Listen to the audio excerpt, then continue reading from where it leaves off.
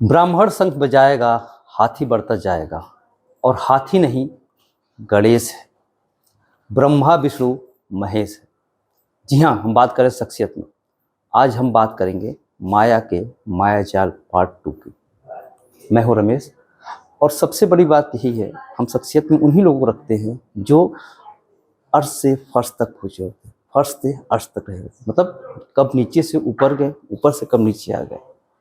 उन्हीं के व्यक्तित्व की हम चर्चा करते हैं ताकि लोग जान सकें किन्होंने कितनी मेहनत की है अपनी ज़िंदगी में एक मुकाम हासिल करने के लिए। आज हम भी बात करेंगे शख्सियत में बहन मायावती की। कभी वक्त था ऐसे नारों के सहारे मायावती ने अपना मायाजाल दिखाया था और सत्ता की कुर्सी पर जा पहुंची थी। एक समय था जब बीएसपी सुप्रीमो मायावती जब भी कोई प्रबुद्ध सम्मेलन होता था वहाँ जाया करती थी। उसमें जय श्री राम के नारे भी लगाया करती। सोचिए, मायावती की रैली में, मायावती के सम्मेलन में जय श्री राम का नारा, आप सोच रहे होंगे। जबकि कभी कभी बीएसपी के सम्मेलन में ही मिले मुलायम काशी राम, हवा में उड़ गए जय श्री राम के नारे भी लगा करते थे। सोचिए, वो बीएसपी, वो मायावती सुप्रीमो जो कभी राम के नाम पे बहुत एतराज़ करती थी, कभी कभी उन्हीं के सम्मेलनों में इस तरह के नारे लगा करते थे। जब वो त्रिशूल हाथ में लेकर मायावती के सामने प्रभु सम्मेलन में जय श्री राम के नारे लगा करते थे। उस समय पार्टी के ही सम्मेलन है जब कभी कभी बीजेपी को रोकने के लिए मिले मुलायम काशी राम, हवा में उड़ गए जय श्री राम नारे भी लगा करते हैं, जबकि वहाँ मायावती खुद मौजूद रहा करती थी। सोचिए, जो राम के नाम से परहेज कभी करते थे, आज वो तब उस समय था जो सम्मेलनों में इस तरह के नारे लगा करते थे। बीएसपी सुप्रीमो मायावती ने प्रबुद्ध सम्मेलन के पहले दौर के समापन में इस बात के संकेत दे दिए थे बहुजन समाज पार्टी अपने सर्वजन हिताय सर्वजन सुखाय के सूत्र वाक्य पर आगे बढ़ेगी। यानी सबको साथ ले चलेगी, सभी दलों की बात करेगी, ना कि एक पर्टिकुलर जय श्री राम के नारे लग गए या दूसरे जो अन्य दलों के लोग हैं वो दूसरी तरह की ना सोचें, दूसरी तरह की प्लानिंग ना करें। लेकिन अगर बसपा के नारों को देखो तो यह साफ दिखेगा कि बसपा के नारे मायावती की सियासी ज़रूरतों के हिसाब से बदलते रहते थे। पैटर्न कोई नहीं था कि हमारा यही नारा है, जैसा मौका वैसे चौका। वैसे वैसे नारे भी बदलते रहते थे। वैसे तो नारे सभी दलों के लिए चुनाव में कई बार संजीवनी काम करते हैं, पर बसपा सुप्रीमो मायावती के नारे उनकी सियासी ज़रूरत और उनकी रणनीति का भी संकेत देते रहते हैं। बसपा के जिस नारे की सबसे ज़्यादा सुर्खियाँ बटोरी वो नारा था तिलक तराजू और तलवार, इनको मारो जूते चार। सवर्ण जातियों के खिलाफ इस तरह के नारे नारे लगे थे, इसकी बहुत आलोचना भी हुई थी। सोचिए, तिलक तराजू और तलवार, इनको मारो जूते चार। इसको लेकर काफ़ी आलोचना हुई थी कि इस तरह के नारे क्या मायने। हालांकि शुरुआती दौर में के बाद जब मायावती ने सोशल इंजीनियरिंग का दामन थामा तो कई बार इस बात को कहा कि बसपा की तरफ से ये नारे कभी नहीं लगाए गए। सोचिए, वक्त की बात थी, तकाजी की बात थी, तब वो डिनाई कर दी, नहीं बसपा कभी इस तरह के नारों से इस्तीफाक नहीं रखती है। लेकिन नारे हैं, अगर सियासी फायदे पहुँचते हैं नारों से, कोई फायदा नहीं, कोई परहेज नहीं, लगा सकते हैं। जो बहुजन की बात करेगा वो देश पे राज करेगा, ये भी कभी नारा हुआ करता था बीएसपी का। सन 1998 में बीएसपी के गठन के बाद पार्टी के दलित वोटों पर अपना वर्चस्व कायम करते हुए बहुजन हिताय की बात की। इस समय ये नारा भी बहुत प्रचलित हुआ करता था, जो बहुजन की बात करेगा वो देश पे राज करेगा। यानी जो दलितों की बात करेगा वही देश पे राज करेगा। लेकिन जल्द ही कड़वे सियासी अनुभव से मायावती को ये समझ में आ गया कि सिर्फ एक वर्ग के वोट से सत्ता की चाबी नहीं मिल सकती है। सत्ता की चाबी मिलने के लिए सभी लोगों को साथ लेकर चलना पड़ेगा। यानी अगड़ा भी, पिछड़ा भी, जनरल भी, केवल दलित के सहारे सरकार नहीं बन सकती। इससे मुलायम सिंह यादव की समाजवादी पार्टी से तालमेल का जो कड़वा अनुभव भी था, जिसने मायावती को सत्ता तक तो पहुंचा दिया पर ठहरने नहीं दिया। सोचिए, सत्ता के दरवाजे से वापस कर दिया।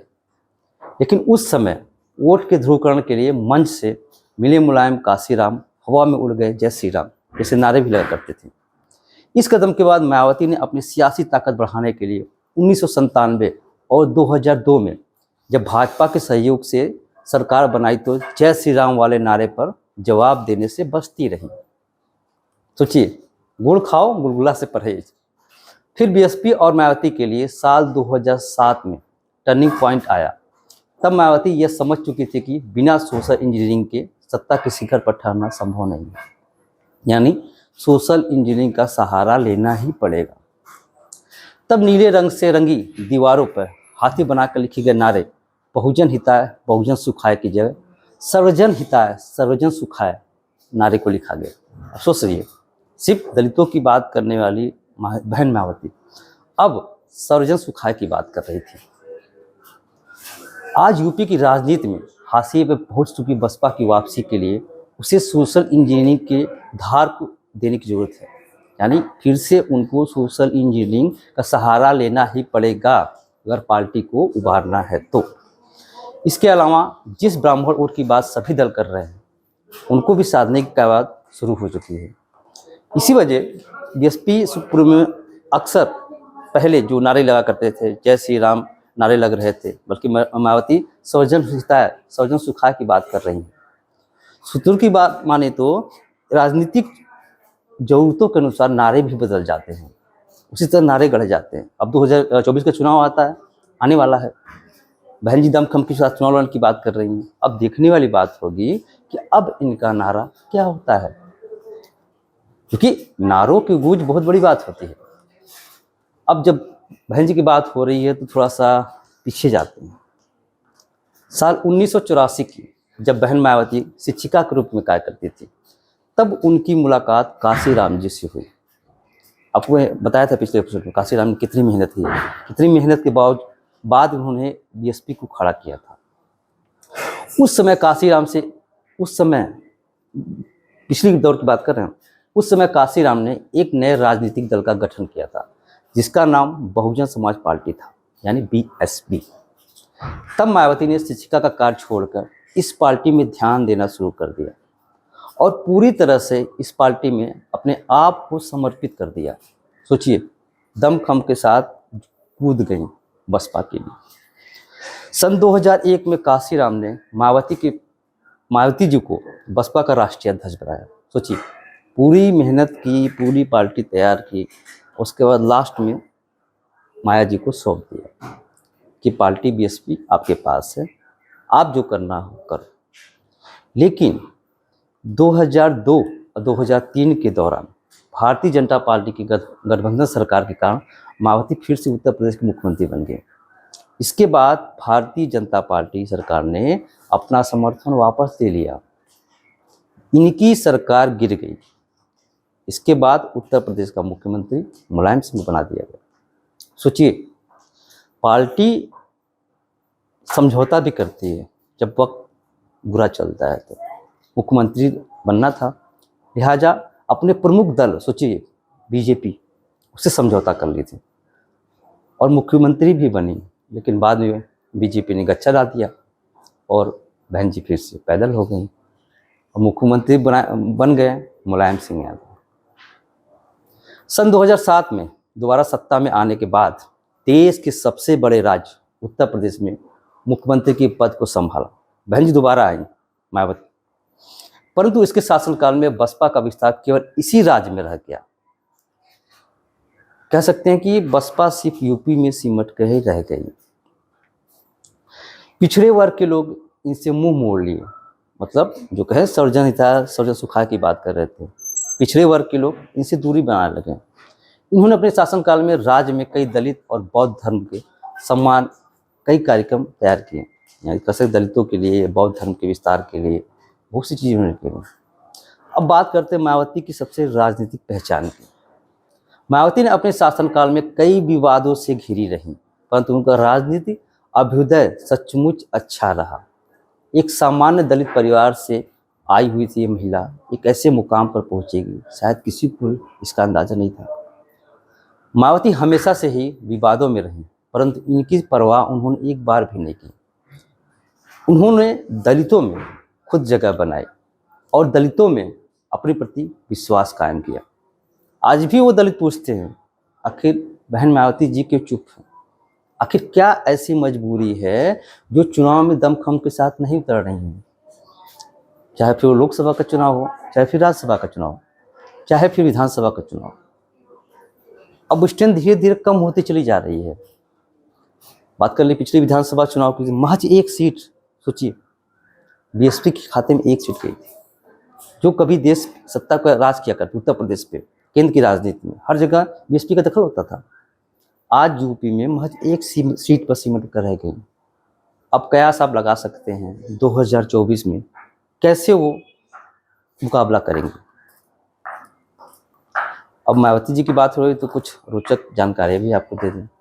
मायावती जी एक ऐसी भारतीय राजनेता हैं जो उत्तर प्रदेश में सबसे कम उम्र और दलित महिला मुख्यमंत्री के रूप में जानी जाती हैं। सोचिए, सबसे कम उम्र की दलित महिला मुख्यमंत्री बनी थी। मायावती अक्सर सरकारी और निजी क्षेत्र में दलितों के आरक्षण दिलाने में सहायक रही। मतलब दलित आरक्षण की जो बात होती है ना, अक्सर मायावती इसके लिए आवाज़ उठाती रहती थी। 15 दिसंबर 2001 को लखनऊ में काशीराम ने मायावती को बसपा में उत्तराधिकारी घोषित कर दिया। 15 दिसंबर 2001 को, यानी कह सकते कि बुरा समर्पित हो गया, बसपा मायावती जी की हो गई। पहली बार काशीराम ने 18 सितंबर 2003 में मायावती को बसपा की राष्ट्रीय अध्यक्ष बनाया। वर्ष 2003 में मायावती ने मुख्यमंत्री के रूप में पोलियो उन्मूलन में सहायक पहल की। यूनिसेफ, विश्व स्वास्थ्य संगठन और रोटरी इंटरनेशनल द्वारा पॉल हैरिस फेलो अवार्ड से सम्मानित किया गया था। सोचिए, सम्मानित भी हुई थी। कितनी बड़ी शख्सियत थी बहन मायावती। अभी भी हैं, लेकिन उनकी चुप्पी बहुत कुछ सवाल उठाते हैं। इनके पिता इनको कलेक्टर बनाना चाहते थे, जिसके लिए मायावती ने प्रशासनिक सेवा की तैयारी भी की। इस तैयारी के दौरान उन्होंने शिक्षक के रूप में कार्य भी किया, शिक्षिका के रूप में पढ़ाया लिखाया भी। परंतु शिक्षिका के रूप में कार्य करते समय इनकी मुलाकात काशीराम से हुई। जी हाँ, आज भी लोग पूछते हैं काशीराम कौन थे, कहाँ मिले, अचानक उनकी ज़िंदगी क्यों बदल गई जब से वो काशीराम से मिले, जिसके कारण मायावती ने ज़िंदगी बिल्कुल ही बदल दी। काशीराम के प्रभाव को देखकर मायावती के पिता बिल्कुल खुश नहीं थे। उन्हें पसंद नहीं थे काशीराम। वो चाहती थी मेरी बेटी कलेक्टर बने, आईएएस बने। लेकिन इनके पिता ने काशीराम के पद चिन्हों पर जाने के लिए मना कर दिया कि मत जाओ उनके साथ। लेकिन मायावती नहीं मानी और काशीराम के बड़े पैमाने पर होने वाली परियोजनाएं और सामाजिक कार्यों में जो भी जुड़ती चली गई। यानी कहना सकते हैं कि मायावती नहीं चाहती थी कि उनके पिता जो सपने हो, जो कलेक्टर बनने की आज ख्वाहिश, देखिए कलेक्टर बनने की ख्वाहिश थी, हम तो चीफ मिनिस्टर बन गए। सोचिए, अगर काशीराम शायद अगर नहीं मिले होते तो बहन माया जी का सपना अधूरा होता। आज की शख्सियत में बस इतना ही, लेकिन और भी शख्सियत की कहानी आपके सामने जरूर लेके आएंगे। आप देखते रहिए उत्तर प्रदेश आज, भारत आज। लाइक करना, सब्सक्राइब करना ना भूलें।